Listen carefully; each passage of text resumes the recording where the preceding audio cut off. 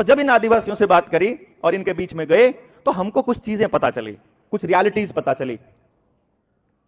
आज भी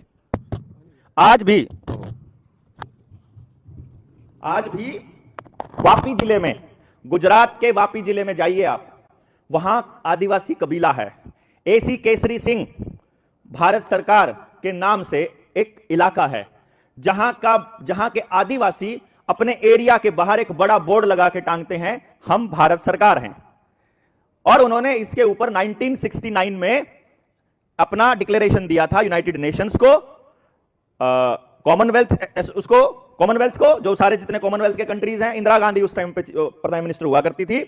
और उसके बाद उसकी संतान मतलब अभी आज के टाइम पर भारत सरकार बनी। हमने कहा तुम भारत सरकार कैसे हो गए भाई? तुम अपने आप को भारत सरकार बोलते हो, तुमको कोई बोलता नहीं है। वो बोलेगा कैसे? डीसी तो जब मैं जाता हूं खड़ा होता है, क्योंकि तुम्हारे जाने से कहते नहीं, हमारे कबीले का कोई भी आदमी चला जाए डीसी को खड़ा होना पड़ता है, बिकॉज हम भारत सरकार हैं। तो तुम भारत सरकार हो तो तुम भी भारत सरकार, तुम भी भारत सरकार, तुम भी भारत सरकार, हां हम सारे भारत सरकार। ऐसा कैसे? बोला देखो, वो लेते हैं तनख्वाह के बदले करते हैं काम। वो है नौकर को तनख्वाह जो देगा वो मालिक होगा, जिसकी सेवा के लिए उनको बिठाया गया है वही भारत सरकार होगी। भारत सरकार सेवार्थ, OIGS। तो तनख्वाह उसको पावर किसने दी? मैंने दी। उसको बिठाया किसने? मैंने।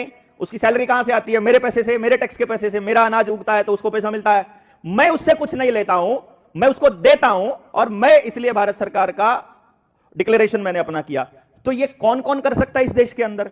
तब उन्होंने हमें बताया पूरी सच्चाई कि देखो ऐसा है, इस देश में जो आदमी बाहर से आया है उसे डॉक्यूमेंट बनवाने पड़ेंगे, उसे कागज बनवाने पड़ेंगे। तो जिस भी आदमी के पास कोई भी डॉक्यूमेंट है वो इस देश में शरणार्थी है, वो इस देश के अंदर रिफ्यूजी माना जाएगा।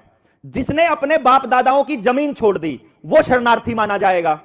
जिसने भी अपना गांव छोड़कर शहर में शिफ्ट हो गया और वहां का कोई भी डॉक्यूमेंट बनवा लिया वो रिफ्यूजी माना जाएगा। वो भारत सरकार, वो मालिक नहीं रहेगा देश के अंदर। तब तक वो मालिक है जब तक वो किसी की अधिकारी से या किसी एजेंसी से कोई पैसा, कोई स्टाइफंड, कोई बोले तो सब्सिडी नहीं लेता है। अच्छा, तो ये सब्सिडी इसलिए दी गई थी कि जैसे ही आप लेते हो आप रिफ्यूजी हो जाते हो, जब तक आप दे रहे हो तब तक आप मालिक हो जी।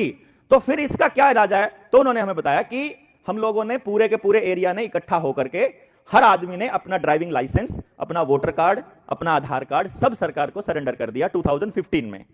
सरेंडर करने के बाद, और ये काम पहले से चल रहा था, लेकिन उस टाइम पर जो पुलिस अधिकारी और डेप्यूटी कलेक्टर उनके गांव में घुसने लग गए थे, उनके इलाके में घुसने लग गए। तो उसका इलाज उन्होंने निकाला कि तुम घुस कैसे सकते हो। तो फिर डेप्यूटी कलेक्टर ने उनको बताया कि देखो तुम्हारे पास अब डॉक्यूमेंट है, अब तुम हमारे गुलाम एक तरह से, अब तुम रिफ्यूजी हो, अब तुमको हमारी माननी पड़ेगी सिर्फ इस कागज से। बोला हां, क्योंकि ये डॉक्यूमेंट आपको इस देश में कमर्शियल एक्टिविटी करने की परमिशन दे के लिए है।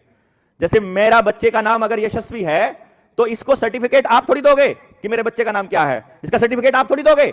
मैं बताऊंगा ना कि ये मेरा बेटा है और इसका नाम क्या है, मैंने जो कह दिया वो फाइनल है। लेकिन यदि यही कागज, यही सर्टिफिकेट मैंने किसी और से ले लिया, जैसे दुकान का सर्टिफिकेट लेते हैं, जैसे कोई फूड सप्लाई का सर्टिफिकेट लेते हैं, जैसे ड्राइविंग लाइसेंस लेते हैं, जैसे गाड़ी का रजिस्ट्रेशन लेते हैं, जैसे घर की रजिस्ट्री कराते हैं, या कोई दूसरा कागज लेते हैं, तो वहां से क्लैरिटी आएगी कि यदि आपने वो डॉक्यूमेंट किसी और से बनाया है तो आपने उसको मालिक मान लिया है, किसी और का मालिक। समझे नहीं आप बात? जैसे जमीन की रजिस्ट्री आपके पास है और आपने उस पर लोन लेना है, तो जैसे ही आप उस पर लोन लेने के लिए जाओगे बैंक के पास, तो बैंक आपसे वो रजिस्ट्री ले लेगा। तो अब बैंक उसका मालिक हो जाएगा, अब बैंक उसका मालिक हो जाएगा रजिस्ट्री का। तब तक आप निर्णय नहीं ले पाओगे जब तक आप बैंक से वो रजिस्ट्री नहीं लाओगे। यानी डॉक्यूमेंट जिसका है वो मालिक है। ओहो, तो फिर तुमने क्या किया? हमने क्या किया? हमने ऐलान किया कि इस तारीख को हम अपने सारे डॉक्यूमेंट सरेंडर करने वाले हैं। वो पूरा कबीला, पूरे गांव सरेंडर करने के लिए आ गए। डेप्यूटी कलेक्टर, एसपी हाथ जोड़कर 7 दिन तक कैंपिंग लगाकर जंगल के बाहर बैठा रहा। मेरी नौकरी चली जाएगी, मेरे बच्चे भूखे मर जाएंगे, ये सरेंडर मत करो, ये मत करो, मैं मर जाऊंगा, ऊपर से बहुत प्रेशर है, ये कागज सरेंडर मत करो। मैं हाथ जोड़ता हूं, पैर पड़ता हूं।